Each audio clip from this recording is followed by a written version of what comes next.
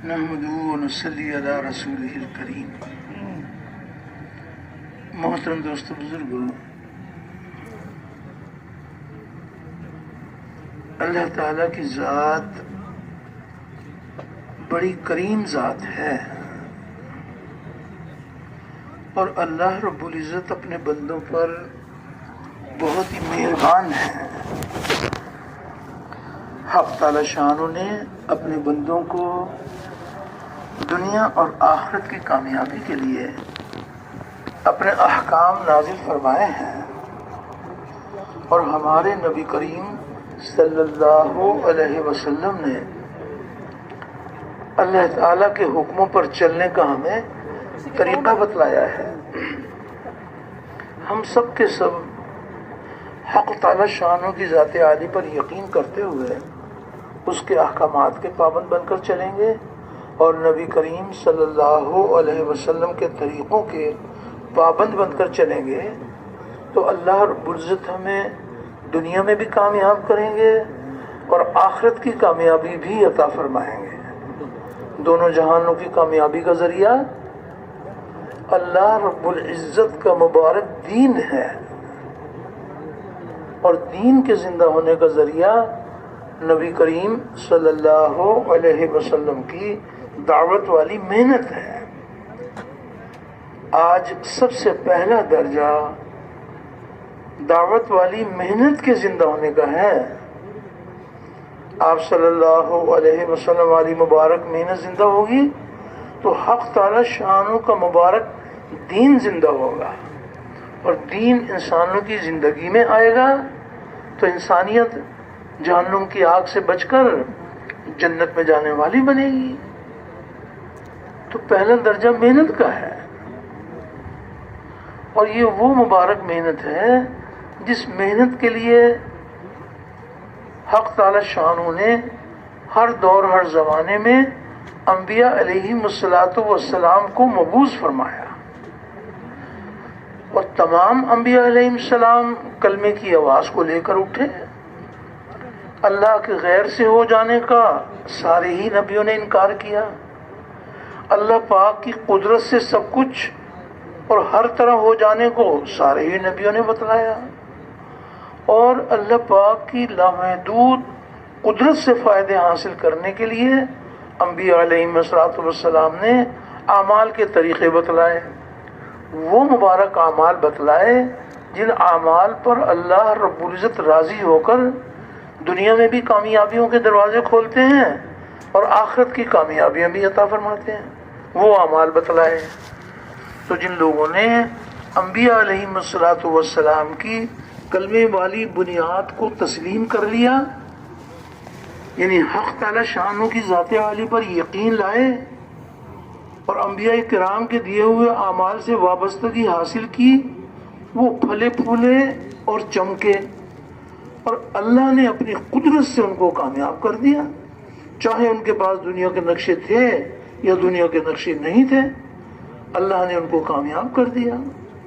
اور جن لوگوں نے انبیاء علیہم السلام کی کلمے والی بنیاد کو تسلیم نہیں کیا، یعنی حق تعالی شانہ کی ذات عالی پر یقین لانے کی بجائے اللہ کے غیر پر یقین کیا، جی چاہی زندگی گزاری، تو اللہ پاک نے اپنی قدرت سے ان کو ہلاک اور برباد کر دیا، چاہے ان کے پاس دنیا کے نقشے تھے یا دنیا کے نقشے نہیں تھے، اللہ نے ان کو ہلاک اور برباد کر دیا۔ تو سب کے آخر میں سب کے سردار حضرت محمد صلی اللہ علیہ وسلم کو اللہ رب العزت نے اسی کلمے کی بنیاد پر اٹھایا، جس کلمے کی بنیاد پر پہلے انبیاء علیہ السلام تشریف لائے، وہی مبارک کلمہ ہمارے نبی کریم علیہ السلام لے کر تشریف لائے۔ لیکن آپ کی محنت کا میدان اور پہلے نبیوں کی محنت کا میدان، پہلے نبیوں کی محنت کا میدان ایک قوم، ایک قبیلہ، ایک شہر، ایک گھر، اور خاتم الانبیاء کی محنت کا میدان ایک قوم، ایک قبیلہ نہیں ہے، ایک شہر، ایک بر اعظم نہیں ہے۔ آپ صلی اللہ علیہ وسلم کی محنت کا میدان تمام عالم بھر کے انسان اور قیامت تک آنے والے سارے انسان نبی کریم علیہ الصلوۃ والسلام کی محنت کا میدان قرار دیے گئے۔ آپ کی محنت اس قدر جامع محنت ہے کہ تمام عالم بھر کے انسان اور قیامت تک کے آنے والے سارے انسان، تو نبی کریم علیہ الصلوۃ والسلام کو اللہ رب العزت نے جس قدر محنت کا میدان وسیع عطا فرمایا، اسی قدر عملہ بھی وسیع عطا فرمایا۔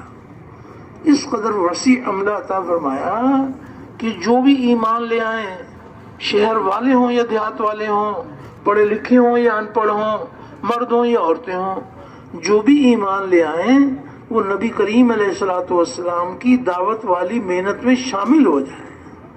نبی کریم علیہ الصلوۃ والسلام نے شروع ہی دن سے تمام طبقات کو اپنے والی محنت کے ساتھ جوڑا، ہر مسلم کو کلمے کی آواز لگانے والا بنایا۔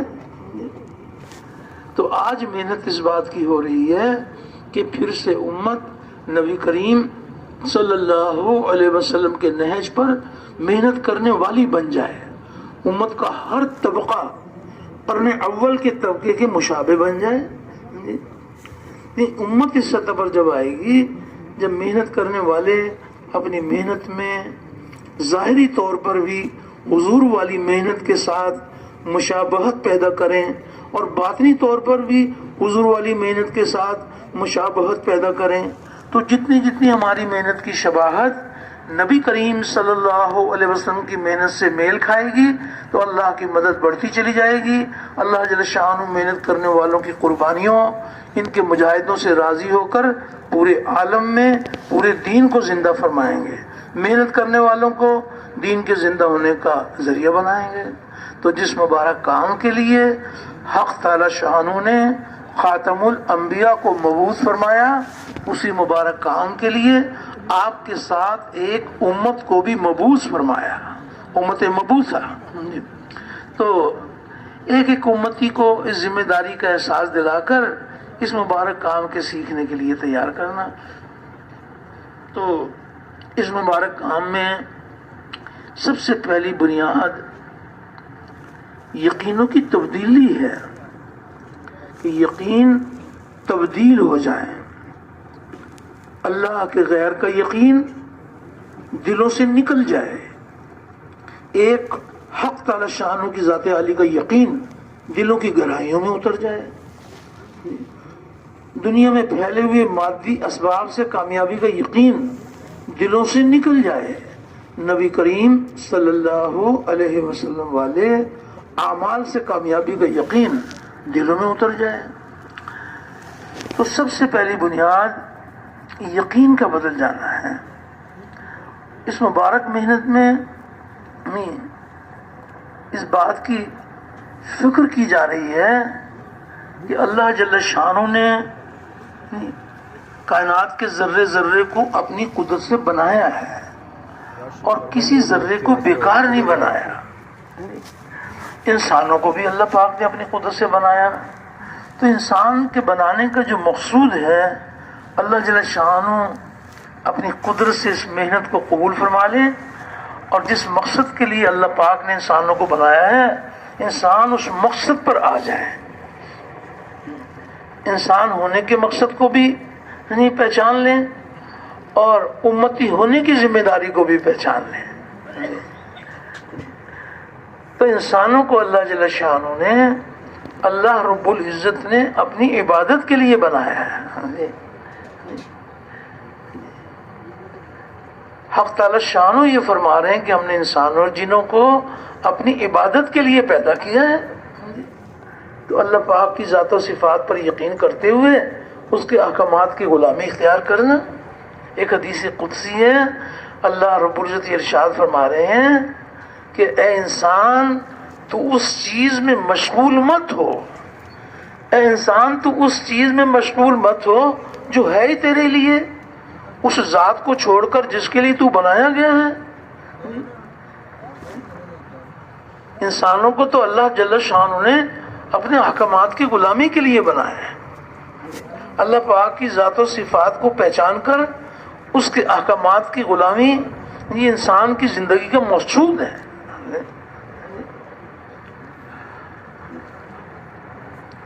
اور یہ بھی اللہ جل شان اس امت پر مہربان ہے کہ اس امت کو اللہ رب العزت نے نبی کریم صلی اللہ علیہ وسلم کے آخری نبی ہونے کی بنا پر نبیوں والا کام آپ کی پوری امت میں منتقل کیا گیا ہے.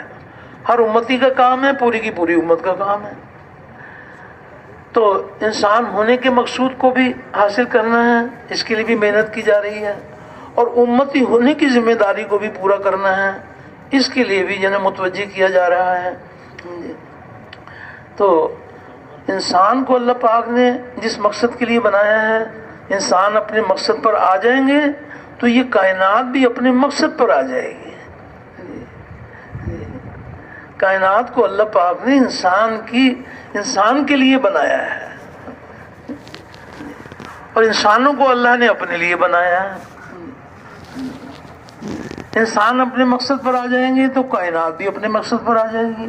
انسان اپنے مقصد سے ہٹ جائیں گے تو کائنات بھی اپنے مقصد سے ہٹ جائے گی. ظاہری طور پر یہ نظر آتا ہے کہ یہ انسان کائنات سے وابستہ ہے، اور حقیقت یہ ہے کہ یہ کائنات انسان سے وابستہ ہے. انسان اپنے مقصد پر آ جائیں گے، یہ اللہ جل شانہ کی ذات و صفات کو پہچان کر اس کے احکامات کی غلامی اختیار کریں گے تو یہ ساری کائنات ان کے غلام، ساری کائنات ان کے غلام. یہ اپنے مقصد سے ہٹ جائیں گے تو یہ کائنات بھی اپنے مقصد سے ہٹ جائے گی. کائنات کے ذرے ذرے کو اللہ جل شانہ نے انسانوں کی غلامی کے لیے بنایا ہے. کسی مخلوق میں غور کر لیں، سورج کو اللہ پاک نے اپنی قدرت سے بنایا ہے، اور سورج سے انسانوں کو کس قدر فوائد ہیں شمار کرنے بھی مشکل ہیں. کہ سورج اللہ جل شانہ نے اپنی قدرت سے بنایا اور انسانوں کی غلامی کے لیے بنایا ہے. سورج کے جتنے بھی فائدے ہیں ان کو شمار کریں تو کس قدر فائدے سامنے آئیں گے. کیسے اللہ پاک اپنی قدرت سے اس سورج کی گرمی کو فصلوں کے پکنے کا ذریعہ بناتے ہیں، اور کیا کیا اس کے فوائد ہوتے ہیں. تو انسان کو تو سورج سے فائدہ ہے، لیکن سورج کو انسان سے کوئی فائدہ نہیں ہے. سورج کو انسان سے کوئی فائدہ نہیں ہے. تو جب سورج کو انسان سے کوئی فائدہ نہیں ہے تو پھر یہ سورج جو ہے نا، یہ کس کا غلام ہے؟ یہ انسانوں کا غلام ہے. لیکن بات یہ ہے کہ جب انسان اپنے مقصد سے ہٹ جائیں گے تو پھر یہ کائنات بھی اپنے مقصد سے ہٹ جائے گی. ہوائیں اللہ پاک نے اپنی قدرت سے بنائی ہیں، تو ہواؤں کا فائدہ انسانوں کو ہے. 1-2 منٹ بھی ہوا کے بغیر زندہ نہیں رہ سکتے. تو ہوا تو انسانوں کے لیے اللہ پاک نے بنائی ہے، لیکن ہوا کو انسان سے کوئی فائدہ نہیں ہے. یہ نہیں کہا جا سکتا بھی انسانوں کو تو ہوا سے فائدہ ہے اور ہوا کو انسانوں سے فائدہ ہے. نہیں، ہوا کو کوئی فائدہ نہیں ہے. یہ تو انسانوں کے لیے اللہ نے اس کو بنایا ہے. تو جب انسان اپنے مقصد پر آ جاتے ہیں تو یہ کائنات ان کی غلام جو ایک کی غلامی اختیار کر لیتے ہیں تو اللہ جل شانہ در در کی غلامی سے ان کو نجات دے دیتے ہیں. جو ایک کے غلام ہیں تو یہ کائنات ان کی غلام. اور اللہ نہ کرے انسان جب اپنے مقصد سے ہٹتے ہیں تو پھر یہ کائنات بھی اپنے مقصد سے ہٹ جاتی ہے.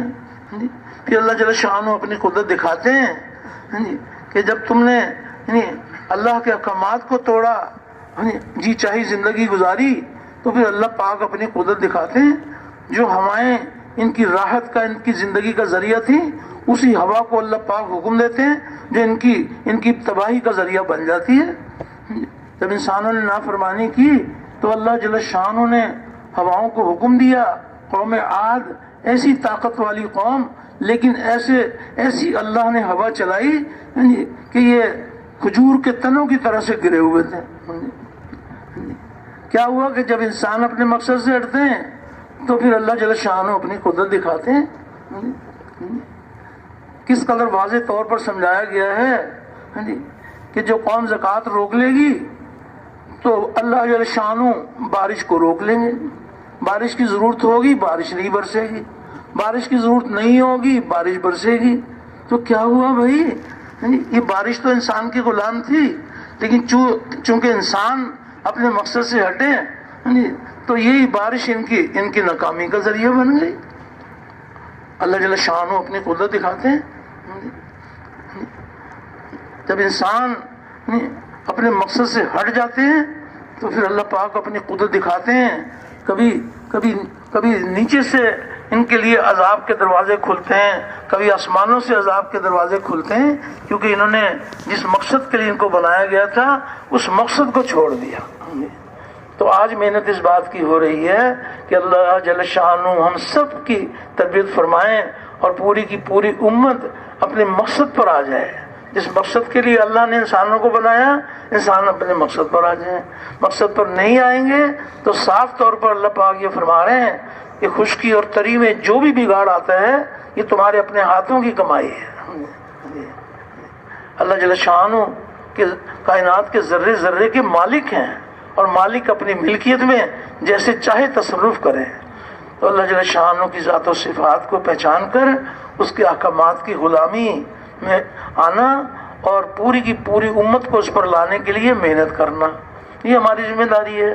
تو جب انسان اپنے مقصد پر آ جاتے ہیں، اللہ جل شانہ کی ذات و صفات کو پہچان کر اس کے احکامات کی غلامی اختیار کرتے ہیں، تو دنیا کے اندر بھی اللہ جل شانہ کے وعدے ہیں ایمان اور اعمال والوں کے لیے، دنیا میں بھی اللہ پاک کے وعدے ہیں۔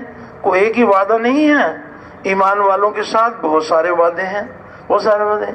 یہ بھی اللہ پاک کا وعدہ ہے کہ اے ایمان والو تم میرے مددگار یعنی میرے دین کے مددگار بن جاؤ، میں تمہاری مدد کروں گا اور میں تمہارے قدم جما دوں گا۔ تو اللہ جل شانہ کسی کے قدم کو جما دیں تو ساری مخلوق مل کر اس کے قدم کو ہلا نہیں سکتے۔ ایمان اور اعمال پر اللہ پاک کے وعدے ہیں، کوئی ایک ہی وعدہ نہیں ہے۔ یہ بھی اللہ پاک ارشاد فرما رہے ہیں کہ پھر ہم نے اپنے رسولوں کو بچا لیا اور ایمان والوں کو نجات دی، اور اسی طرح ہم پر حق ہے کہ ہم ایمان والوں کو نجات دیتے رہیں گے، ایمان والوں کو نجات دیتے رہیں گے۔ تو اللہ جل شانہ ہم سب کی تربیت فرمائے وہ مبارک محنت جس محنت سے یقین صحیح ہوتے ہیں، اعمال کے طریقے درست ہوتے ہیں، اخلاق حمیدہ اللہ کے خزانوں سے ملتے ہیں، اخلاص کا نور دلوں کی زینت بنتا ہے، اور اللہ جل شانہ نے اپنے بندوں سے متعلق جو احکامات عطا فرمائے ہیں ان احکامات کو پورا کرتے ہیں۔ تو اخلاق والوں کے ساتھ اللہ کے بہت سارے وعدے ہیں۔ تو اللہ کے وعدے حق ہیں اور اللہ کے وعدے پورے ہونے کے لیے ہیں۔ تو کوئی ایک ہی وعدہ نہیں، بہت سارے اللہ کے وعدے۔ یہ بھی اللہ پاک حق تعالی شانہ فرما رہے ہیں کہ کوئی ایمان کی حالت میں کوئی مرد ہو یا عورت ہو، ایمان کی حالت میں نیک اعمال کریں گے تو ہم ان کو حیات طیبہ، ان کو پاکیزہ اور ستھری زندگی ان کو عطا فرمائیں گے۔ پاکیزہ اور ستھری زندگی اللہ جل شانہ اپنے فضل سے عطا فرمائیں گے۔ تو ایک ہی وعدہ نہیں، ایمان والوں پر تو اللہ جل شانہ بہت مہربان ہیں اور ایمان والوں کے بڑے قدردان ہیں، ایمان والوں کے بڑے قدردان۔ بس اتنی بات ہے کہ ایک ہے ایمان کا بول اور ایک ہے ایمان کی حقیقت، یعنی ایمان دلوں کی زینت بن جائے، دلوں کی گہرائیوں میں وہ یقین اتر جائے جس یقین پر اللہ پاک راضی ہو کر دنیا اور آخرت میں کامیابیوں کے دروازے کھولتے ہیں۔ تو کوئی ایک ہی وعدہ نہیں ہے، ایمان والوں کی اللہ پاک ہر دور کے ایمان والوں کے قدردان ہیں۔ جو ایمان والے اس دنیا سے جا چکے ان کے بھی قدردان، جو ایمان والے دنیا میں موجود ہیں ان کے بھی قدردان، اور جو قیامت تک کے ایمان والے ہیں ان کے بھی قدردان۔ ایمان والوں کی حق تعالی شانوں کے ہاں بڑی قدردانی ہے۔ ایک حدیث پاک کا مفہوم ہے جس میں قیامت تک کے ایمان والوں کے لیے خوشخبری سنائی گئی ہے، قیامت تک کے ایمان والوں کے لیے خوشخبری، ایک دور کے ایمان والے نہیں، قیامت تک کے ایمان والوں کی خوشخبری سنائی۔ نبی کریم علیہ الصلوۃ والسلام نے صحابہ سے ارشاد فرمایا، سارے بھائی متوجہ ہیں جی آپ حضرات، اللہ پاک آپ حضرات کو بہت جزائے خیر عطا فرمائے۔ یہ بڑی بات ہے کہ الحمدللہ مجاہدے کے ساتھ یعنی توجہ کے ساتھ اللہ اور اس کے رسول کی بات کو سننا یہ اللہ کے خزانوں سے لینے کا بڑا ذریعہ ہے۔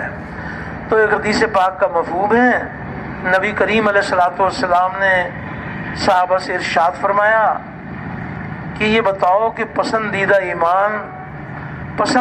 ایمان کس مخلوق کا ہے، یہ بتاؤ۔ تو صحابہ نے عرض کیا کہ پسندیدہ ایمان ملائکہ، فرشتوں کا ایمان پسندیدہ ایمان۔ نبی کریم علیہ الصلوۃ والسلام نے صحابہ کی تربیت فرمائی۔ نبی کریم علیہ الصلوۃ والسلام نے ارشاد فرمایا کہ کیا ہوا فرشتوں کو کہ وہ بھی اپنے رب کے اوپر ایمان نہ لائیں، جبکہ فرشتے تو اپنے رب کے پاس رہتے ہیں۔ تو جب یہ ارشاد مبارک سنا تو صحابہ نے بھی عرض کیا کہ پسندیدہ ایمان انبیاء علیہم الصلوۃ والسلام کا ایمان پسندیدہ ایمان۔ تو نبی کریم علیہ الصلوۃ والسلام نے ارشاد فرمایا کہ کیا ہوا انبیاء علیہم الصلوۃ والسلام کو کہ وہ بھی اپنے رب کے اوپر ایمان نہ لائیں، جبکہ ان پر تو وہی نازل ہوتی ہے۔ انبیاء علیہ السلام ایمان کی چوٹیوں پر کیوں نہ پہنچے، ان پر تو وہی نازل ہوتی ہے۔ تو جب یہ ارشاد مبارک سنا کہ بات تو فرشتوں کی بھی آ گئی اور نبیوں کی بات بھی آ گئی، تو صحابہ نے گمان کیا کہ ہم نبی کریم علیہ الصلوۃ والسلام کے صحابہ ہیں تو ممکن ہے بھی ہمارا ایمان پسندیدہ ایمان ہو۔ صحابہ نے عرض کیا کہ پسندیدہ ایمان ہمارا۔ تو نبی کریم علیہ الصلوۃ والسلام نے صحابہ سے ارشاد فرمایا کہ کیا ہوا تمہیں کہ تم بھی اپنے رب کے اوپر ایمان نہ لاؤ، جبکہ میں تو تمہارے سامنے موجود ہوں، بنفس نفیس خاتم الانبیاء صحابہ کے ساتھ ہیں، تو صحابہ ایمان کی چوٹیوں پر کیوں نہ پہنچے؟ آپ نے فرمایا میں تو تمہارے سامنے موجود ہوں۔ اتنی باتیں کہلوا کر ہم سب کے لیے اور قیامت تک کے آنے والے ایمان والوں کے لیے نبی کریم علیہ الصلوۃ والسلام نے خوشخبری سنائی۔ نبی کریم علیہ الصلوۃ والسلام نے ارشاد فرمایا کہ پسندیدہ ایمان ان لوگوں کا ہے جو میرے بعد میں آئیں گے اور مجھے دیکھے بغیر ایمان لائیں گے۔ کتابیں ان کے پاس ہوں گی اور وہ مجھے دیکھے بغیر ایمان لائیں گے۔ تو پسندیدہ ایمان کس قدر اللہ جل شانہ کے ہاں ایمان والوں کی کتنی قدردانی اللہ پاک۔ اور ایک اور روایت میں آتا ہے کہ نبی کریم علیہ الصلوۃ والسلام نے ارشاد فرمایا خوشخبری ہو ان کے لیے کہ جنہوں نے مجھے دیکھا اور وہ ایمان لائے۔ یہ فرمایا خوشخبری ہو ان کے لیے کہ جنہوں نے مجھے دیکھا اور وہ ایمان لائے، اور 7 مرتبہ خوشخبری ہو ان کے لیے جنہوں نے مجھے نہیں دیکھا اور وہ ایمان لائے۔ علماء کرام فرماتے ہیں یہ 7 سے مراد 7 نہیں ہے، بلکہ بار بار خوشخبری ان کے لیے کہ جنہوں نے مجھے نہیں دیکھا اور وہ ایمان لائے۔ تو ایمان والوں کی بڑی قیمت ہے۔ تو اللہ جل شانہ کی ذات اتنی کریم ذات ہے، اللہ رب العزت نے یعنی اس امت کو وہ محنت عطا فرمائی ہے کہ امت اپنی محنت پر آ جائے تو دلوں کے روگ اور دلوں کی بیماری دور ہو جائے۔ مخلوق کا یقین، اللہ کے غیر کا یقین دلوں سے نکل جائے، ایک حق تعالی شانہ کی ذات عالی کا یقین دلوں کی گہرائیوں میں اتر جائے۔ تو دنیا میں جو اللہ کے خزانوں سے جب انسان اپنے مقصد پر آ جاتے ہیں، دنیا میں جو ملے گا اللہ کے وعدے حق ہیں، پورے ہونے کے لیے ہیں۔ جو دنیا میں اللہ کے وعدے ہیں وہ دنیا میں پورے ہوں گے، آخرت کے وعدے آخرت میں پورے ہوں گے۔ تو دنیا میں جو ایمان اور اعمال والوں کو ملے گا تو وہ وقتی جزوی عارضی ملے گا۔ 150 سال کی زندگی، موت آ جائے تو ایک پل کا پتہ نہیں۔ لیکن دنیا میں بھی اللہ جل شانہ اپنے غضب کے دروازوں کو بند کر دیں گے، اپنی رحمتوں کے دروازوں کو کھول دیں گے۔ جب ایمان اور اعمال کی فضا بنی ہوئی ہوتی ہے تو اللہ جل شانہ اپنے کرم کے دروازے کھول دیتے ہیں۔ سارے حالات کا بنانا بگاڑنا وہ اللہ کے ہاتھ میں ہے، اللہ کے ہاتھ میں ہے۔ تو دنیا میں بھی اللہ پاک اپنے کرم کے دروازے کھولتے ہیں۔ اس لیے گزارش کی جا رہی ہے کہ اللہ رب العزت ہم سب پر اپنے کرم کے دروازے کھول دیں اور ہم اس مبارک محنت کو اپنی محنت بنا لیں جس محنت سے کلمے والا یقین صرف زبان کی نوک پر نہیں بلکہ دلوں کی گہرائیوں میں اترتا ہے، دلوں کی گہرائیوں میں اتر جاتا ہے، اور عبادات صحیح نہج پر آ جاتی ہیں۔ علم و ذکر کی فضائیں سارے عالم میں قائم ہو جاتی ہیں۔ نبی کریم علیہ الصلوۃ والسلام کے مبارک اخلاق اللہ کے خزانوں سے مل جاتے ہیں، نیتیں درست ہو جاتی ہیں۔ وہ محنت اللہ پاک نے اس امت کو عطا فرمائی ہے کہ جس محنت کے ذریعے سے امت امت اپنی ذمہ داری کو پورا کرتی ہے، اللہ جل شانہ اپنی قدرت سے پورے عالم میں پورے دین کو اللہ پاک زندہ فرمائیں گے۔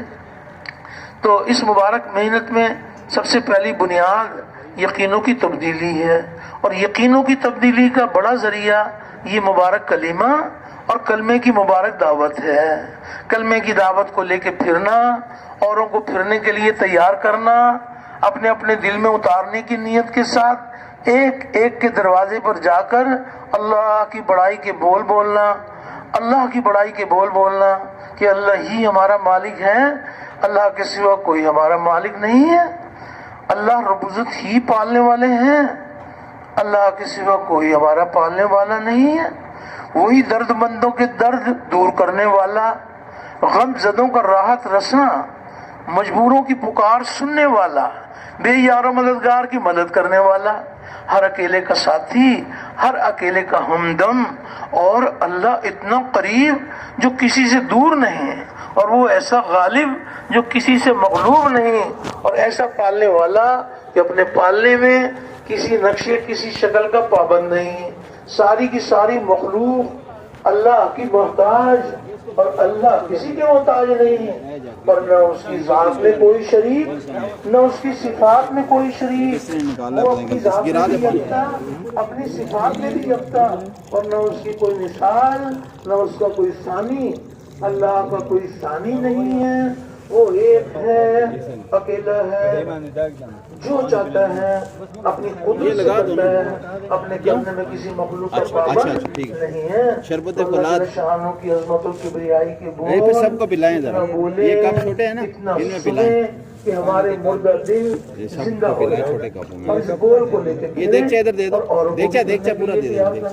تو اپنے اپنے دل میں اتارنے کی نیت کے ساتھ ایک ایک کے دروازے پر جا کر یہ اللہ کی پلیٹ، بڑائی یہ ڈھکنا دے دے، ڈھکنا وہ سامنے ڈھکنا، اس دعوت کو لے کے یہ مڑا یار اور رو رو کے دعائیں مانگی جائیں وہ گی، کرتے ہیں نا۔ اس کلمے کی دعوت بھی دیں اور رو رو کے اللہ پاک سے دعائیں مانگیں، تو اللہ جل شانہ دل دکھا دیں گے کہ نو کے زبان کی بات دل میں اتر جائے گی، اور یہ کلمہ دلوں کی زینت بن جائے گا۔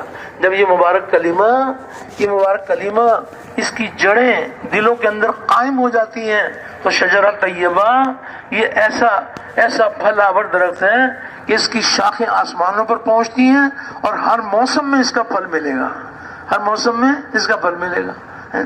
ایسا پھل آور درخت ہے شجرہ طیبہ۔ تو اس کے لیے محنت ہے، جب محنت کی جاتی ہے اللہ جل شانہ محنت کرنے والوں کی محنت کو قبول فرما کر اپنی قدرت سے یہ مبارک کلمہ اس کی جڑیں دلوں میں قائم فرما دیتے ہیں۔ جب اس کی جڑیں دلوں میں قائم ہو جاتی ہیں تو اس کی شاخیں آسمانوں پر پہنچتی ہیں، ہر موسم میں اس کا پھل ملتا ہے، ہر موسم میں اس کا پھل ملتا ہے۔ کلمے کے یقین والوں کے ساتھ اللہ کے بہت سارے وعدے ہیں، اللہ کے وعدے ہیں۔ حق تعالی شانہ اپنے غضب کے دروازوں کو بند کر دیتے ہیں، رحمتوں کے دروازوں کو کھول دیتے ہیں۔ انسان جب وہ اعمال اختیار کرتے ہیں جو اعمال اللہ رب العزت کو پسند ہیں، تو حالات اللہ پاک وہ اتارتے ہیں جو حالات انسانوں کو پسند ہیں۔ اعمال اللہ کے پسندیدہ اور حالات انسانوں کے پسندیدہ۔ انسان یہ چاہتے ہیں کہ ہم ذلت سے بچ جائیں، ہمیں عزت مل جائے، تو جب یہ انسان اللہ جل شانہ کے پسندیدہ اعمال کرتے ہیں تو اللہ جل شانہ حق تعالی شانہ ذلت کے دروازوں کو بند کر دیتے ہیں اور عزت کے دروازوں کو کھول دیتے ہیں۔ انسان یہ چاہتے ہیں کہ ہم خوف سے بچ جائیں، ہمیں امن مل جائے، تو جب انسان وہ اعمال اختیار کرتے ہیں جو اعمال اللہ کو پسند ہیں تو اللہ جل شانہ خوف کے دروازوں کو بند کر دیتے ہیں اور امن کے دروازوں کو کھول دیتے ہیں۔ انسان یہ چاہتے ہیں کہ ہم بیماریوں سے بچ جائیں، ہمیں صحت مل جائے، تو جب انسان اللہ کو راضی کرنے والے اعمال اختیار کرتے ہیں تو اللہ جل شانہ بیماریوں کے دروازوں کو بند کر دیتے ہیں اور صحت کے دروازوں کو کھول دیتے ہیں۔ سارے حالات کا بنانا بگاڑنا کس کے ہاتھ میں ہے؟ سارے حالات کا بنانا بگاڑنا اللہ کے قبضے میں ہیں۔ حالات جو آتے ہیں، جس طرح چیزیں اللہ کی مخلوق ہیں، حالات بھی اللہ کی مخلوق ہیں، حالات بھی اللہ کی مخلوق ہیں۔ تو ایسے اللہ جل شانہ اپنے کرم کے دروازے کھولتے ہیں۔ لیکن اس کلمے کی حقیقت والوں کو دنیا کی زندگی میں جو کچھ بھی ملے گا وہ وقتی جزوی عارضی ملے گا، اور اصلی اور بڑی کامیابی کے دروازے اللہ کے فضل سے وہ موت کے وقت کھل جائیں گے۔ اور بلکہ ملک الموت کے آنے سے پہلے ہی اللہ جل شانہ ایسا خوشی کا منظر دکھاتے ہیں، ایمان کی حقیقت والوں کو ایسا خوشی کا منظر دکھاتے ہیں کہ مرنے والے کا جی چاہتا ہے کہ بس جلدی سے ملک الموت آ جائے اور میری روح جسم سے جدا ہو جائے اور میں اپنی کامیابی کو پہنچ جاؤں۔ ایسا خوشی کا منظر دکھایا جاتا ہے۔ دنیا میں جو اللہ نے اپنی رحمت کے سائے میں رکھا بہت مبارک، لیکن موت کی گھڑی پر ملک الموت کے آنے سے پہلے ہی اللہ جل شانہ فرشتوں کو نازل فرماتے ہیں، اور وہ فرشتے کہتے ہیں کہ تم غم مت کرو اور فکر مت کرو اور خوشخبری سنو ایسی جنت کی جس کا دنیا میں تم سے وعدہ کیا جاتا تھا، اور ہم دنیا میں بھی تمہارے ساتھی تھے، آخرت میں بھی ہم تمہارے ساتھ رہیں گے۔ اور فرشتے یہ بھی کہتے ہیں کہ اب تمہاری ساری چاہتیں پوری ہوں گی۔ دنیا کی زندگی میں ایک طرف ان کی چاہتیں تھیں، ایک طرف اللہ کے احکامات تھے۔ دنیا کی زندگی میں انہوں نے اپنی چاہتوں کو قربان کیا، اللہ کے احکامات پر چلے۔ اب فرشتے کہتے ہیں جب تمہاری ساری چاہتیں پوری ہوں گی، گویا چاہتوں کے قربان کرنے کا زمانہ ختم اور چاہتوں کے پورا ہونے کا زمانہ شروع ہو گیا۔ جس چیز کو طلب کرو گے وہ تمہیں ملے گی۔ اور فرشتے یہ بھی کہتے ہیں کہ تمہیں یہ بھی معلوم ہے کہ آج تم کس کے مہمان ہو، تو آج اس غفور الرحیم کی طرف سے تمہاری مہمانی ہے۔ یہ منظر اللہ پاک دکھاتے ہیں۔ پھر جب ملک الموت آتے ہیں وہ یہ نہیں دیکھتے کہ ان کے پاس مال کتنا ہے، ان کی جائیداد کتنی ہے، ان کے پاس سونا چاندی کتنا ہے، اس باتوں کا کوئی تعلق نہیں ہے ملک الموت کو۔ ملک الموت کی نگاہ انسان کے دل پر پڑتی ہے، اور وہ دیکھتے ہیں کہ اس کے دل میں ایمان کس درجے کا ہے۔ جس درجے کا ایمان اس درجے کی کامیابی، جس درجے کا ایمان اس درجے کی کامیابی۔ ایسی کامیابی بھی آپ حضرات نے علماء سے سنی ہوگی کہ جب ملک الموت آتے ہیں تو ان کے ہاتھ میں خوشبودار رومال ہوتا ہے، اور وہ ایمان والے کی تھوڑی پر رکھ کر یہ کہتے ہیں کہ اے پاک جسم کی پاک روح، اے پاک جسم کی پاک روح، تو ایسے اپنے جسم سے باہر نکل کہ اللہ تجھ سے راضی اور تو اللہ سے راضی۔ اور روح جسم سے ایسے جدا ہوتی ہے جیسے کوئی آٹے میں سے بال نکالا جاتا ہے، ایسی آسانی کے ساتھ روح جسم سے جدا ہوتی ہے۔ اور کیا کیا کامیابیوں کے دروازے کھلتے ہیں، اللہ اکبر۔ 500 فرشتے ان کے پاس آتے ہیں، تحفے لے کر آتے ہیں اور خوشخبریاں سناتے ہیں، اور اللہ جل شانہ اپنے فضل کے دروازے کھول دیتے ہیں کہ فرشتوں کے اندر یہ رغبت ہوتی ہے کہ اس پاکیزہ روح کو اللہ کے دربار میں ہم لے کے جائیں۔ تو دنیا میں جس طرح کندھا بدل بدل کر میت کو لے کے جاتے ہیں، تو فرشتے جو ہے نا اس طرح سے اعزاز و اکرام کرتے ہیں۔ آسمانوں کے اندر خوشبو مہک رہی ہوتی ہے، اور اس کی پاکیزہ روح کو فرشتے جو ہے نا وہ لے کر جاتے ہیں، اور علیین کے اندر جو ہے نا ان کی روح کو جو ہے نا پہنچایا جاتا ہے۔ اتنی بڑی کامیابی اللہ کے خزانوں سے ملتی ہے، اور ہر منزل پر کامیابیوں کے دروازے کھولتے ہیں۔ دنیا میں جو 150 سال کی زندگی اپنی چاہتوں کو قربان کیا، اللہ جل شانہ کے احکامات پر زندگی گزاری، اللہ جل شانہ کو راضی کرنے کے لیے اللہ کے احکامات پر چلے، تو ہر منزل پر کامیابیوں کے دروازے کھولتے ہیں۔ تو یہ مبارک کلمہ شجرہ طیبہ جب اس کی جڑیں دلوں میں قائم ہو جاتی ہیں تو دنیا میں جو اللہ کے خزانوں سے کامیابی ملیں گی وہ دنیا کے اعتبار سے ملے گی۔ اصلی اور بڑی کامیابی کا دروازہ وہ موت کے وقت میں کھلے گا، اور جب یہ قبر میں جائیں گے تو شجرہ طیبہ اس کا پھل اور زیادہ ہو جائے گا۔ جب قبر میں جائیں گے تو اس کا پھل اور زیادہ ہو جائے گا۔ قبر کہتی ہے کہ تیرا آنا مبارک، تو نے بہت ہی اچھا کیا جو تو آیا، اور جب تو زمین پہ چلتا تھا تو مجھے سب سے بھلا معلوم ہوتا تھا، میرے حوالے ہوا تو میرا اس نے سلوک بھی دیکھے گا۔ تو جہاں تک اس کی نگاہ کام کرے گی اللہ جل شانہ اس کی قبر کو کھول دیں گے، جنت کے بچھونے قبر میں بچھائے جائیں گے، اور جنت کا لباس اس کو قبر میں پہنایا جائے گا، اور قیامت تک کی میٹھی نیند اللہ جل شانہ قبر میں سلائیں گے۔ قبر کے اندر اس کا پھل اور زیادہ ہو جائے گا۔ پھر اللہ جل شانہ کے ہاں کلمے کی حقیقت والے، کلمے کے یقین والے، اعمال والوں کی اللہ کے ہاں اس قدر اللہ پاک ان پر مہربان ہے کہ جب 50,000 سال کا دن حشر کا میدان قائم ہوگا تو یہ شجرہ طیبہ حشر کے میدان میں اس کا پھل اور زیادہ ہو جائے گا. یہ مشک کے ٹیلوں پر سیر کرتے ہوئے ہوں گے اور موتیوں کے ممبروں پر ہوں گے, اور ایسے ایسے بھی ایمان والے ہوں گے کہ 50,000 سال کا دن ان کا ایسے گزر جائے گا جیسے فجر کی نماز کی 2 سنتیں. اتنے وقت میں اللہ پاک بیڑا پار فرما دیں گے. تو صرف اتنی بات نہیں ہے کہ اللہ جل شانہ صرف ایمان اور اعمال والوں کو دنیا کی چند روزہ زندگی میں اپنے رحمت کے سائے میں رکھیں گے, ہر منزل پر کامیابیوں کے دروازے کھلیں گے. تو کس قدر صاحب نصیب ہیں وہ لوگ کہ جن کو اللہ جل شانہ اللہ پاک حشر کے میدان میں اپنی قدرت سے ان کو کامیاب کر دیں. تو حشر کے میدان میں بھی کامیاب ہوں گے. اور پھر اللہ جل شانہ کیا اتنی قدردانی ہے, ایمان اور اعمال والوں پر اللہ پاک اتنے مہربان ہیں کہ اللہ جل شانہ اپنے فضل سے ایمان اور اعمال والوں کو جہنم کی آگ سے بچا کر ہمیشہ کی جنت میں داخل فرما دیں گے. تو جب جنت میں اللہ پاک داخل فرمائیں گے تو جنت کے اندر شجرہ طیبہ, جنت کے اندر جو اس کا پھل ملے گا تو 100 سال ملے گا, 1000 سال ملے گا, یہ ہمیشہ ملے گا, ہمیشہ ملے گا. کبھی اس کا پھل ملنا ختم ہی نہیں ہوگا. یہ ٹھیک ہے کہ آج اس کی جڑیں دلوں میں قائم ہو جائیں, اس کے لیے مجاہدے ہیں, قربانیاں ہیں, یہ بات تو ٹھیک ہے, لیکن اس کے بدلے میں اللہ کے خزانوں سے کیا ملے گا کہ یہ مبارک کلمہ یہ دلوں کی گہرائیوں میں اترا ہوا ہوگا.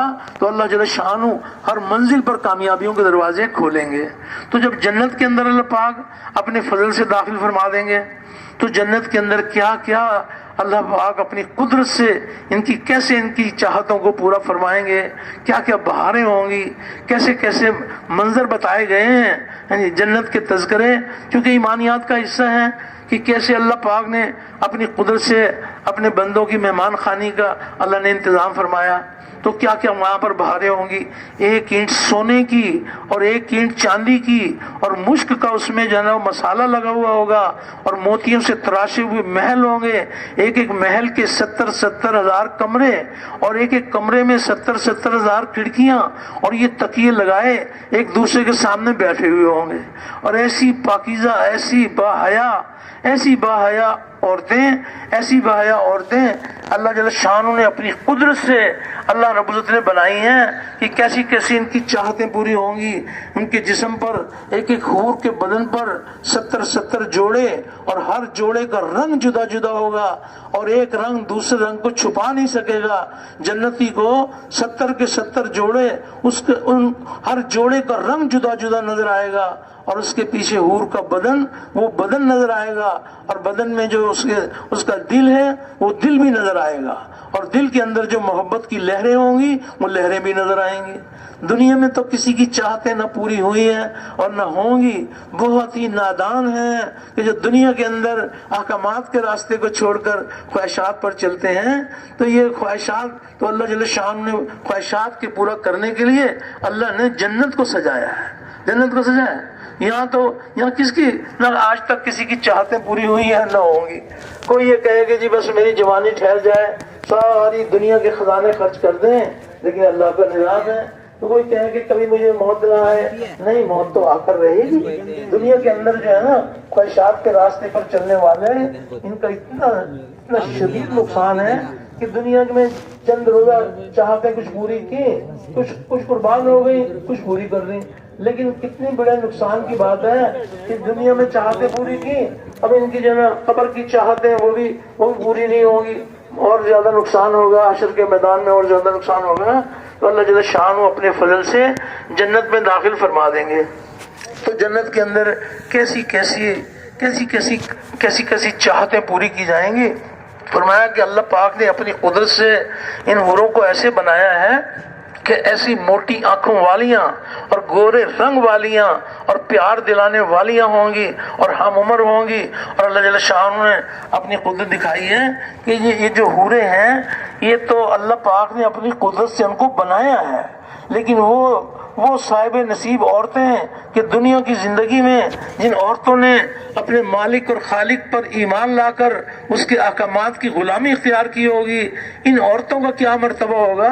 فرمایا کہ جو جنت کی حوریں ہیں تو وہ ان کی باندیاں ہوں گی، وہ یعنی اللہ جل شانہ کے ہاں اس قدر ان کی مہمانی ہے، کوئی بات نہیں۔ وہ تو اللہ پاک نے ان کو تو انہوں نے کوئی نماز نہیں پڑھی، ان حوروں نے کوئی روزے نہیں رکھے، کوئی حج نہیں، کوئی زکوٰۃ نہیں کیا، اللہ نے ان کو اپنی قدرت سے بنایا ہے، لیکن وہ صاحب نصیب عورتیں ہیں کہ جنہوں نے دنیا کی زندگی میں اپنے مالک اور خالق کو راضی کیا، ان عورتوں کا جو ہے نا ان سب حوروں کے اوپر ان کا درجہ بلند ہوگا اور اللہ پاک اپنی قدرت دکھائیں گے۔ اور کوئی ایک ہی کامیابی نہیں، کوئی ایک ہی چاہت نہیں، کیسی کیسی چاہتیں پوری ہوں گی۔ فرمایا کہ جنت کے اندر ایسی مبارک مجلسیں ہوں گی کہ داؤد علیہ السلام کو اللہ جل شانہ کا حکم ہوگا کہ وہ جنتیوں کو اللہ کا کلام سنائیں۔ تو داؤد علیہ السلام جب جنتیوں کو اللہ کا کلام سنائیں گے تو ایسی کیفیت، ایسا سرور طاری ہوگا کہ دنیا میں اس کا گمان بھی نہیں کیا جا سکتا، ایسی کیفیت طاری ہوگی۔ پھر اسی پر بس نہیں، پھر اللہ جل شانہ کا حکم ہوگا، خاتم الانبیاء، امام الانبیاء کا حکم ہوگا کہ وہ جنتیوں کو اللہ کا کلام سنائیں۔ تو نبی کریم علیہ الصلوۃ والسلام جب جنتیوں کو اللہ کا کلام قرآن پاک سنائیں گے تو جو کیفیت داؤد علیہ السلام کے ذریعے سے حاصل ہوئی تھی، یہ جنتی اس کیفیت کو بھی بھول جائیں گے، ایسا سرور طاری ہوگا۔ اور پھر اسی پر بس نہیں، پھر اللہ جل شانہ اپنا کلام جنتیوں کو خود سنائیں گے اللہ پاک۔ ایسی کامیابی اللہ کے خزانوں سے اتنی بڑی کامیابی ملے گی۔ تو حق تعالی شانہ جب اپنا کلام سنائیں گے تو جو کیفیت نبی کریم علیہ الصلوۃ والسلام کے ذریعے سے حاصل ہوئی تھی، یہ اس کیفیت کو بھی بھول جائیں گے۔ ایسی بڑی بڑی کامیابیوں کے دروازے اللہ پاک کھولیں گے۔ تو سب کے سب جنت میں جانے کے لیے تیار ہیں انشاءاللہ؟ کیوں بھائی سب کے سب تیار ہیں؟ جی انشاءاللہ۔ تو اکیلے اکیلے جنت میں جانا ہے یا پوری امت کی فکر کرنی ہے؟ پوری کی پوری امت جہنم کی آگ سے بچ کر جنت میں جانے والی بن جائے۔ اللہ جل شانہ اس امت پر اتنے مہربان ہے کہ اس امت کو اللہ نے وہ محنت عطا فرمائی ہے کہ جس محنت کے ذریعے سے پوری کی پوری انسانیت جہنم کی آگ سے بچ کر جنت میں جانے والی بن جائے، وہ محنت اللہ پاک نے عطا فرمائی ہے۔ ہم سب کا ایمان ہے ہمارے نبی کریم صلی اللہ علیہ وسلم خاتم الانبیاء ہیں، آپ کے آخری نبی ہونے کی بنا پر نبیوں والا کام، نبیوں والی محنت آپ کی پوری امت میں منتقل کی گئی ہے، ہر امتی کا کام ہے اور پوری کی پوری امت کا کام ہے۔ تو محنت بھی مخصوص خاص قسم کی محنت ہے جو خاص طریقے سے کی جاتی ہے، اور محنت کرنے والے بھی مخصوص۔ اس محنت کے بارے میں اللہ پاک یہ فرما رہے ہیں، دنیا کے اندر کوئی ایک ہی محنت نہیں ہے، دنیا میں بہت ساری محنتیں ہیں، کئی تجارت کی محنت ہے، کئی زمینداری کی محنت ہے، کئی وزارت کی محنت ہے، لیکن یہ محنت، جس محنت کے بارے میں حق تعالی شانہ ارشاد فرما رہے ہیں کہ اللہ کے لیے ایسی محنت کرو جیسے محنت کرنے کا حق ہے، اور ہم نے تمہیں چن لیا، یعنی سارے عالم میں اپنا پیغام پہنچانے کے لیے ہم نے تمہیں چھانٹ لیا۔ تو یہ مبارک محنت ہے کہ جس محنت کے بارے میں اللہ پاک یہ فرما رہے ہیں کہ اللہ کو پانے کے لیے، اللہ کی ذات کو اپنانے کے لیے، اللہ رب العزت کو انسانوں کے دلوں میں بسانے کے لیے ایسی محنت کرو جیسے محنت کرنے کا حق ہے۔ ایسی مبارک محنت اللہ نے عطا فرمائی ہے۔ تو آج محنت اس بات کی ہو رہی ہے کہ اللہ جل شانہ اپنی قدرت سے یعنی پوری کی پوری امت کو اس مبارک محنت کے لیے قبول فرما لیں، جس محنت کو اللہ پاک قبول فرما کر اپنی قدرت سے اپنے مبارک دین کو زندہ فرماتے ہیں۔ تو محنت بھی خاص قسم کی محنت ہے، اور محنت کرنے والوں کے بارے میں بھی اللہ پاک فرما رہے ہیں کہ محنت کرنے والے بھی مخصوص ہیں۔ وَاجْتَبَاكُمْ، کہ ہم نے تمہیں پسند کیا، یعنی سارے عالم میں اپنا پیغام پہنچانے کے لیے ہم نے تمہیں چھانٹ لیا، تمام امتوں میں سے چنی امت ہے۔ اللہ اکبر، کس قدر اللہ جل شانہ اس امت پر مہربان ہے کہ اس امت کو اللہ پاک نے نبیوں والا کام، خاتم النبیین والی مبارک محنت آپ کی پوری امت میں منتقل کی گئی ہے۔ ہر امتی کی ذمہ داری ہے، پوری کی پوری امت کی ذمہ داری ہے۔ تو امت جب اس ذمہ داری کو پورا کرے گی تو اللہ کے خزانوں سے کیا اللہ کے خزانوں سے دنیا اور آخرت کے اندر کامیابیوں کے دروازے کھلیں گے۔ یعنی وہ مبارک محنت، جس محنت سے پورے عالم میں پورا دین زندہ ہوگا، امت اس محنت کے اوپر کھڑی ہوگی تو کس قدر اللہ کی رحمتوں کے دروازے کھلیں گے۔ اور یہ بات نہیں ہے کہ محنت ہم نے اپنے طور پر یہ اپنے ذمہ لی ہے، نہیں، اللہ جل شانہ، حق تعالی شان نے ہمیں یہ مبارک محنت عطا فرمائی ہے۔ اللہ پاک یہ ارشاد فرما رہے ہیں کہ اے میرے حبیب آپ کہہ دیجئے کہ یہ ہے میرا راستہ، کہ میں لوگوں کو اللہ کی طرف بلاتا ہوں اعتماد کے ساتھ، یقین کے ساتھ، اور میرا بھی یہی راستہ ہے، اور جس نے میرا اتباع کیا یعنی جو بھی مجھ پر ایمان لے آیا اس کا بھی یہی راستہ ہے۔ کس قدر اللہ جل شانہ اس امت پر مہربان ہے کہ جس مبارک کام کے لیے خاتم الانبیاء کو مبعوث فرمایا، اسی مبارک کام کے لیے آپ کے ساتھ ایک امت کو بھی مبعوث فرمایا، امت مبعوثہ۔ تو اس امت کو اللہ پاک نے کیا اس کا مرتبہ اللہ پاک نے اپنی قدرت سے عطا فرمایا کہ اب تعالی شانہ یہ ارشاد فرما رہے ہیں کہ تم بہترین امت ہو، اور ہم نے انسانوں کی نفع رسانی کے لیے تمہیں نکالا ہے، اور تم نیکیوں کا حکم کرتے ہو اور برائیوں سے منع کرتے ہو۔ کس قدر اللہ پاک مہربان ہے اور اللہ کی ذات پر ایمان رکھتے ہو۔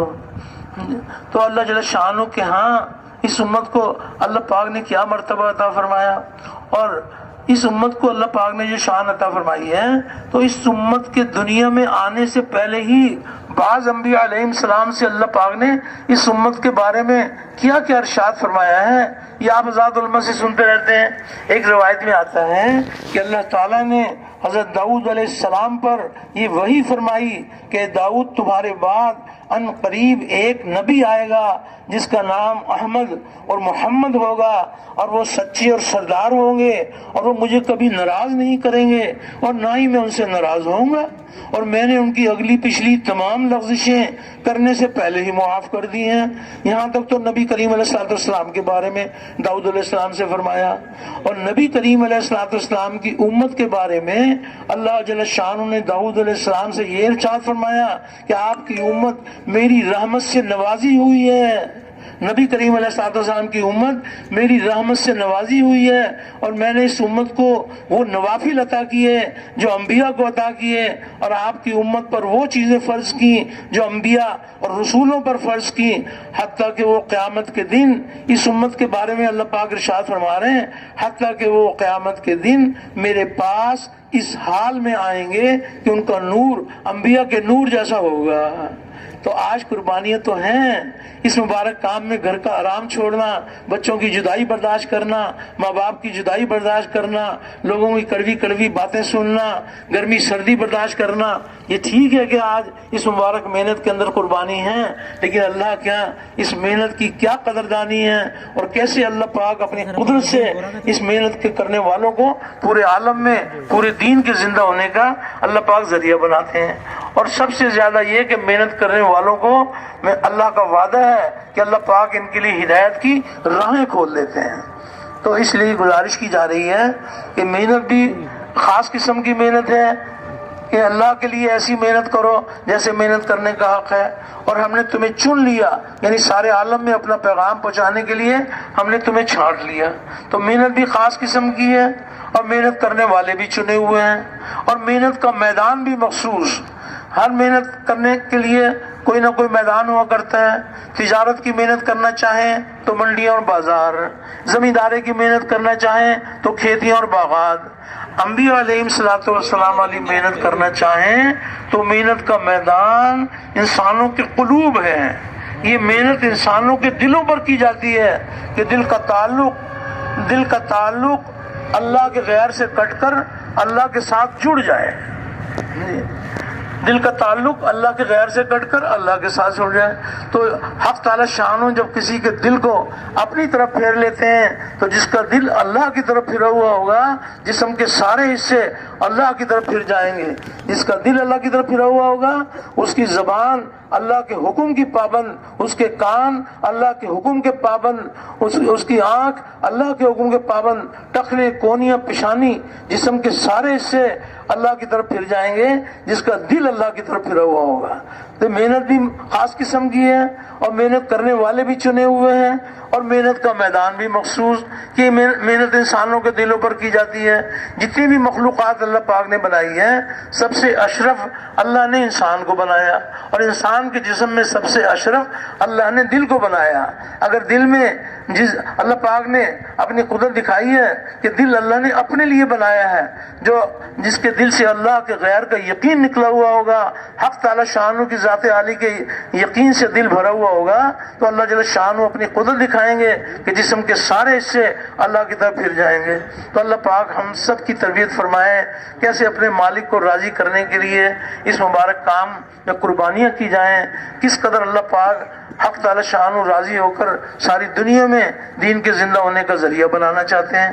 تو اس میں یہ گزارش کی جا رہی ہے کہ یہ ذمہ داری کو ہم نے اپنے طور پر اپنے کوئی انسانوں کی عقل سے بنائی ہوئی ذمہ داری نہیں ہے، بلکہ اللہ جل شانہ نے ہم پر یہ کرم فرمایا کہ ذمہ داری اللہ نے عطا فرمائی ہے۔ اللہ پاک ہی فرما رہے ہیں کہ تم بہترین امت ہو اور ہم نے انسانوں کی نفع رسانی کے لیے تمہیں نکالا ہے۔ تو اخرجت للناس، یعنی کوئی پہلے جتنی بھی امتیں آئی ہیں تو یہ بات نہیں ہے کہ وہ کوئی نیکیوں کا حکم نہیں کرتے تھے، برائیوں سے منع نہیں کرتے تھے، لیکن ان کا دائرہ محدود تھا، ایک قوم، قبیلہ، ایک گھر۔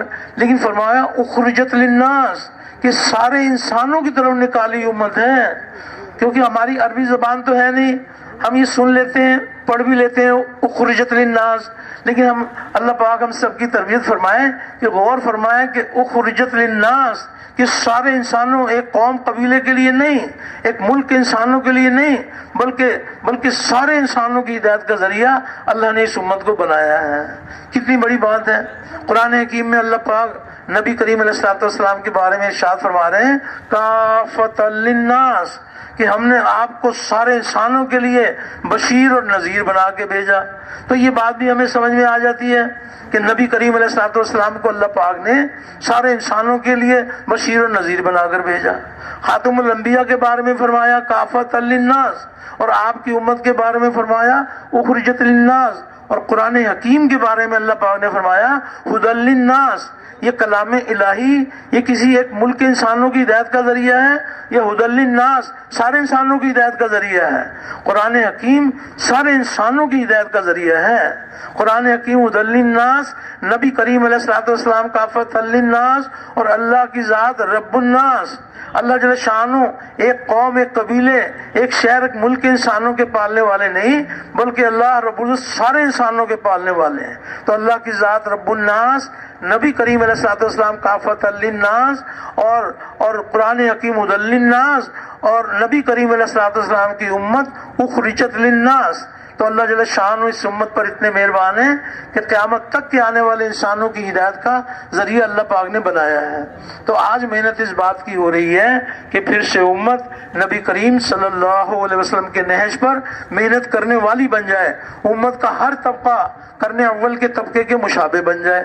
ہاں جی، تو اس کے لیے اللہ کا احسان ہے، اللہ پاک نے کرم فرما دیا۔ اللہ پاک نے وہ مبارک محنت اپنی قدرت سے اللہ پاک نے جاری فرمائی کہ جس محنت کے کرنے پر اللہ جل شانہ اپنی قدرت سے ہدایت کی ہوائیں چلاتے ہیں۔ تو محنت بھی خاص قسم کی ہے، محنت کرنے والے بھی چنے ہوئے ہیں، محنت کا میدان بھی مخصوص ہے، اور محنت کا انعام بھی مقصود ہے۔ اس محنت کا جو انعام ملے گا فرمایا خاص قسم کا انعام ہے۔ اللہ نے اس قدر انسانوں کے لیے نعمتیں بنائی ہیں کہ اللہ کی نعمتوں کو شمار ہی نہیں کر سکتے، لیکن فرمایا کہ سب سے بڑی نعمت ہدایت کا مل جانا یہ اللہ کا بہت بڑا احسان ہے۔ تو فرمایا کہ اس محنت کا انعام یعنی ہدایت کا نور ہے۔ محنت کرنے والوں کے ساتھ اللہ کا وعدہ ہے کہ اللہ پاک ان کے لیے ہدایت کی راہیں کھولیں گے۔ تو جس درجے کا مجاہدہ اس درجے کی ہدایت، اس درجے کی ہدایت، جس درجے کی ہدایت اس درجے کا دین، جس درجے کا دین اس درجے کی کامیابی، اس درجے کی کامیابی، جس درجے کا دین اس درجے کی کامیابی۔ تو ہدایت اگر تھوڑی تھوڑی ہوگی، دین پر چلنے کی اصل طاقت ہدایت کا نور ہے۔ جس درجے کی ہدایت اس درجے کا دین۔ اگر کسی کے پاس ہدایت تھوڑی تھوڑی ہوگی تو تھوڑا تھوڑا دین اس کی زندگی میں آ جائے گا، تھوڑا تھوڑا دین آ جائے گا۔ اور ہدایت اونچے اور اعلیٰ پیمانے پر ہوگی تو دین اونچے اور اعلیٰ پیمانے پر زندہ ہوگا، اور دین اونچے اور اعلیٰ پیمانے پر زندہ ہوگا تو کامیابیاں اونچے اور اعلیٰ پیمانے پر ملیں گی۔ جی تم ادھوری کامیابی چاہتے ہیں یا پوری کامیابی چاہتے ہیں؟ سارے بھائی بتاؤ بھائی کتنی کامیابی چاہتے ہیں؟ پوری کامیابی. تو پوری کامیابی کے لیے ادھورا دین یا پورا دین؟ پورا دین. حق تعالی شان فرما رہے ہیں کہ ایمان والو، اے ایمان والو پورے دین میں داخل ہو جاؤ تاکہ تم پورے کامیاب ہو جاؤ. تو پورے دین پر چلیں گے تو پوری کامیابی ملے گی، ادھورے دین پر ادھوری کامیابی. تو پوری کامیابی کے لیے اللہ جل شانہ اس درجے کی ہدایت عطا فرمائیں کہ پورے دین پہ چلنا آسان ہو جائے. اللہ جل شانہ کے سارے احکامات ایسے بن جائیں کہ حکم پورا کرنا اس قدر آسان ہو جائے کہ بس جیسے پھول اٹھا لیا. تو اللہ کے یہاں بڑی قدردانی ہے. تو اللہ رب العزت اپنی قدرت سے ہدایت کی ہوائیں چلاتے ہیں. تو فرمایا کہ اللہ رب العزت ہدایت کی تقسیم بڑھا دیں. ہدایت تو اللہ کے سوا کوئی دینے والا نہیں ہے اور اللہ کے ضابطے بھی بدلتے نہیں ہیں. تو اللہ جل شانہ ہدایت کی تقسیم بڑھا دیں تاکہ اس درجے کی ہدایت مل جائے کہ پورے دین پر چلنے کی طاقت حاصل ہو جائے. اس درجے کی اللہ پاک ہدایت دے دیں. تو اللہ کے سوا کوئی ہدایت دینے والا نہیں. تو فرمایا کہ جس درجے کی محنت اس درجے کی ہدایت. اگر محنت تھوڑی کی جائے گی تو تھوڑی ہدایت مل جائے گی. تھوڑا دین زندہ ہو جائے گا. کہیں نمازیں نہیں پڑھتے تھے وہ نمازی بن جائیں گے، کہیں تعلیم نہیں تھی وہ تعلیم شروع ہو جائے گی، کسی جگہ کوئی عمل زندہ ہو جائے گا، کسی جگہ کوئی عمل زندہ ہو جائے گا.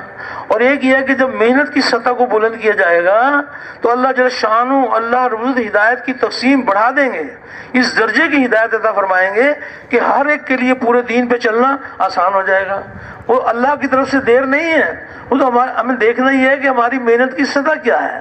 تو آج ہم محنت کے جس دور میں چل رہے ہیں تو یہ ابتدائی درجہ ہے، یعنی صحابہ کے مبارک دور میں یہ محنت کیسی قربانیوں کے ساتھ ہو رہی تھی اور کیسے مجاہدوں کے ساتھ ہو رہی تھی. صحابہ کے واقعات جب ہمارے سامنے ہوں گے، صحابہ کی مبارک زندگی ہمارے سامنے ہوگی تو پھر یہ بات سامنے آئے گی کہ اس مبارک محنت کے اندر کیسی قربانیوں کے ساتھ اللہ کے دین کا کام کیا گیا.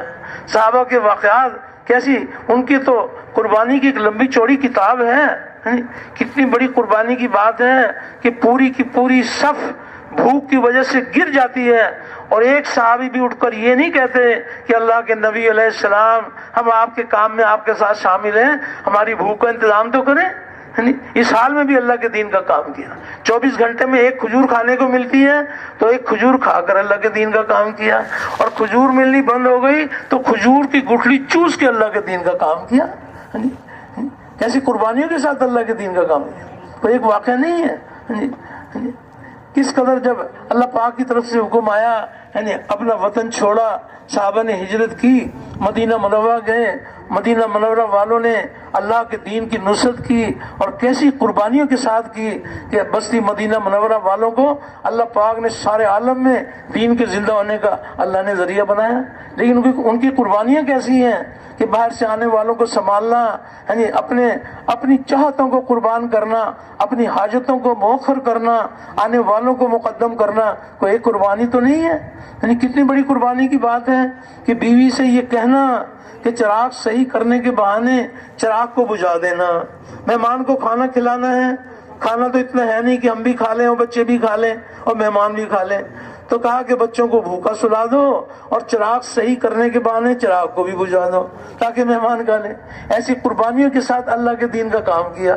اللہ رب العزت نے اپنی قدرت سے مدینہ منورہ والوں کو اللہ پاک نے سارے عالم میں دین کے پھیلنے کا ذریعہ بنایا.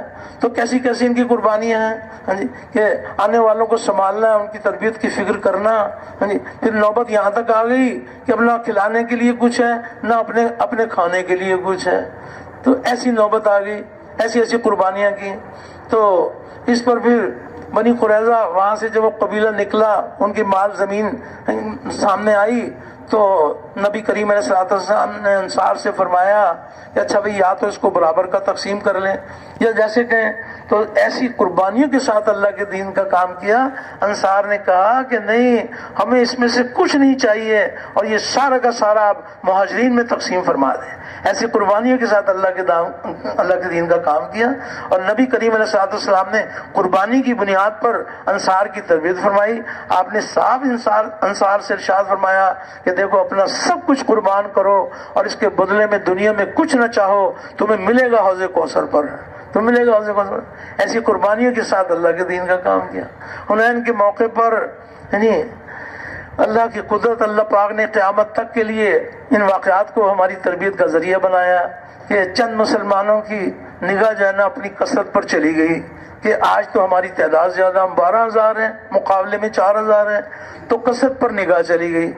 حق تعالی شانوں نے اپنی قدرت سے تربیت فرمائی اور جو ہے نا قدم اکھڑ گئے مسلمانوں کے، تو میدان چھوڑ کر چلے گئے۔ نبی کریم علیہ السلام اور اکابر صحابہ میدان کے اندر جمے ہوئے ہیں، تو نبی کریم علیہ السلام نے حضرت عباس رضی اللہ تعالیٰ سے ارشاد فرمایا کہ اونچی آواز میں کہو یا معاشر الانصار، یا معاشر الانصار، کہ او انصار، او انصار۔ انہوں نے آواز لگائی، ان کی آواز پر 100 انصار دوڑے ہوئے آئے اور دشمن سے مقابلہ ہوا۔ اللہ نے اپنی قدرت دکھائی کہ اللہ پاک نے 100 کو ذریعہ بنایا اور شاندار فتح حاصل ہو گئی۔ فتح تو اللہ پاک کی قدرت سے ملتی ہے، تو جب شاندار فتح حاصل ہو گئی تو بہت سارا غنیمت کا مال بھی آ گیا۔ اب دیکھیے کیسی قربانی کے ساتھ اللہ کے دین کا کام کیا اور کس قدر ان کی قربانیوں کے ساتھ تربیت کی گئی انصار مدینہ کی، تو بہت سارا غنیمت کا مال آیا۔ تو جنگ سے واپسی پر ایک مقام پر نبی کریم علیہ السلام ٹھہرے اور وہ غنیمت کا مال آپ نے تقسیم فرمایا۔ تو جو نئے نئے مسلمان تھے، فتح مکہ کے بعد جو اسلام میں داخل ہوئے تھے، ان کی دل جوئی کے لیے وہ غنیمت کا مال جو ہے نا انہی میں تقسیم کر دیا گیا۔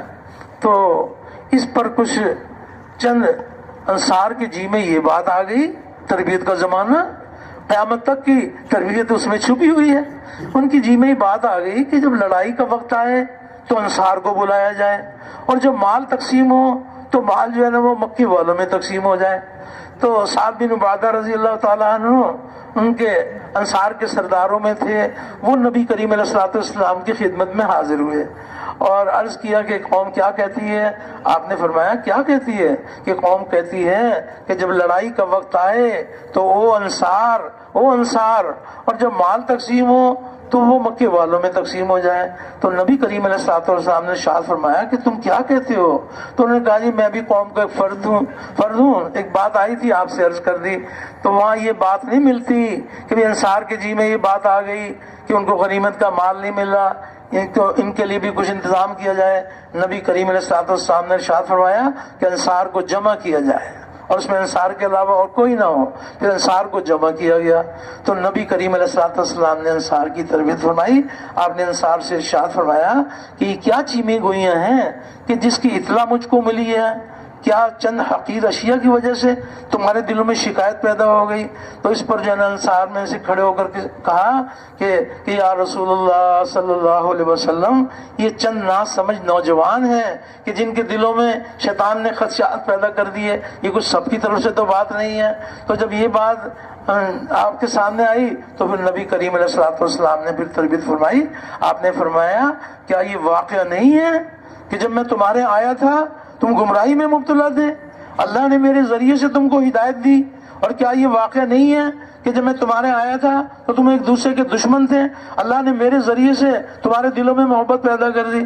اس پر انصار نے کہا کہ یہ سچ ہے یا رسول اللہ صلی اللہ علیہ وسلم، اور ہماری گردنیں اللہ اور اس کے رسول کے سامنے جھکی ہوئی ہیں، آپ نے سچ ارشاد فرمایا۔ تو جب یہ بات آئی تو پھر آپ نے ارشاد فرمایا کہ نہیں، اگر میرے بات کے جواب میں تم کہنا چاہو تو تم بھی یہ کہہ سکتے ہو کہ آپ ہمارے یہاں اس حال میں آئے تھے کہ سبھی نے آپ کو جھٹلایا تھا، ہم ہی تو تھے جنہوں نے آپ کو سچا نبی مانا اور ہم نے آپ کی مدد کی۔ تو اس پر انصار نے کہا کہ ہماری گردنیں اللہ اور اس کے رسول کے سامنے جھکی ہوئی ہیں۔ پھر نبی کریم علیہ السلام نے فرمایا کہ کیا چند حقیر اشیاء کی وجہ سے تمہارے دلوں میں شکایت پیدا ہوئی، جس کے ذریعے سے میں نے نئے مسلمانوں کی تالیف قلب کا کام لیا اور تمہارے ایمان اور اسلام کے اوپر اعتماد کیا؟ تو یہ بھی فرمایا اس وقت میں کہ لوگ اپنے خیموں میں اونٹ اور بکریاں لے کے جائیں اور تم اپنے ساتھ اللہ کے رسول کو لے کے جاؤ، اور یہ بھی فرمایا کہ تم میرے اندر کا لباس ہو اور یہ میرے باہر کا لباس ہے، اور لوگ ایک وادی میں چلیں اور دوسری وادی میں انصار چلیں تو میں انصار کے ساتھ چلوں گا۔ تو یہ بات جب سنی تو سب کے سب انصار اتنا روئے کہ ان کی داڑیاں آنسوں سے تر ہو گئیں کہ ہماری نگاہ کہاں چلی گئی، ایسی قربانیوں کے ساتھ اللہ کے دین کا کام کیا. تو اللہ جل شانہ کی ذات کریم ذات ہے, ہمارے بھی حوصلے بلند ہو جائیں. یہ واقعات بھی اسی لیے سنائے جاتے ہیں تاکہ ہمارے حوصلے بھی بلند ہو جائیں. ہم دعوت والے کام کو اپنا کام بنائیں. اس مبارک کام میں لگتے ہوئے کچھ حاجتیں ضرورتیں بھی آئیں گی. وہ حاجتیں ضرورتیں اگر کچھ قربان ہو جائیں گی تو اللہ کی کیا قیمت ہوگی. اس لیے یہ گزارش کی جا رہی ہے کہ دعوت والے کام کو کام بنا لیں. اس میں سے کچھ وقت بچ گیا, اللہ کا حکم نبی کے طریقے پر تجارت بھی کر لی. تجارت بھی انسانی زندگی کا شعبہ ہے. تبلیغ کے کام میں سے کچھ وقت بچ گیا تو وقت نکال کر کچھ مزدوری بھی کر لیں. مزدوری بھی انسانی زندگی کا شعبہ ہے, اس میں بھی اللہ کا حکم نبی کا طریقہ زندہ کریں. تبلیغ والے کام میں سے کچھ وقت بچا کر اگر کوئی اپنے کھیت میں وقت دے دے, کوئی حرج کی بات نہیں ہے. فرمایا کہ جو تاجر اپنی تجارت میں دعوت والے کام میں سے وقت نکال کر تجارت کریں گے تو جو تجارت کے اوپر اجر و ثواب ملتا ہے وہ نہیں, بلکہ دعوت کے ترازو سے ان کی تجارت بھی تلے گی. ان کی تجارت بھی دعوت کے ترازو سے تلے گی کہ یہ وہ لوگ ہیں جو دعوت والے کام کو اپنا کام بناتے ہیں. اس میں سے کچھ بچے کچھ وقت میں تاجر اللہ کا حکم نبی کے طریقے پر تجارت بھی کر لیتے ہیں. مزدور اللہ کا حکم نبی کے طریقے پر مزدوری بھی کر لیتے ہیں. زمیندار کچھ تبلیغ میں سے وقت نکال کر کچھ جو ہے نا اللہ کا حکم نبی کے طریقے پر جو ہے نا زمیندارہ بھی کر لیتے ہیں. تو یہ بات ہے کہ اللہ جل شانہ ہم سب کے حوصلے بلند ہو جائیں. اللہ جل شانہ کا احسان ہے جب اللہ پاک نے ہم کو مبارک محنت عطا فرمائی ہے, اور جس محنت کے ذریعے سے اللہ کے خزانوں سے ہدایت کا نور ملتا ہے, تو ہدایت کا مل جانا یہ مالک کا بہت بڑا احسان ہے. جب اللہ پاک اپنی قدرت دکھاتے ہیں اور محنت قربانی کرتے کرتے اس سطح پر آ جاتی ہے جس سطح پر اللہ جل شانہ آج کے ایمان والوں کے لیے جو سطح مقرر ہے, ہمارے لیے وہ اتنا بڑا امتحان نہیں ہے. صحابہ کے مقابلے میں ہمارے لیے بڑی گنجائش ہے, لیکن جب ہم قربانی کی اس چوٹی پر آ جائیں کہ جو اللہ جل شانہ کے آج کے دور میں قربانی مطلوب ہے, تو اللہ پاک اپنی قدرت سے ہدایت کی ہوائیں چلا دیتے ہیں.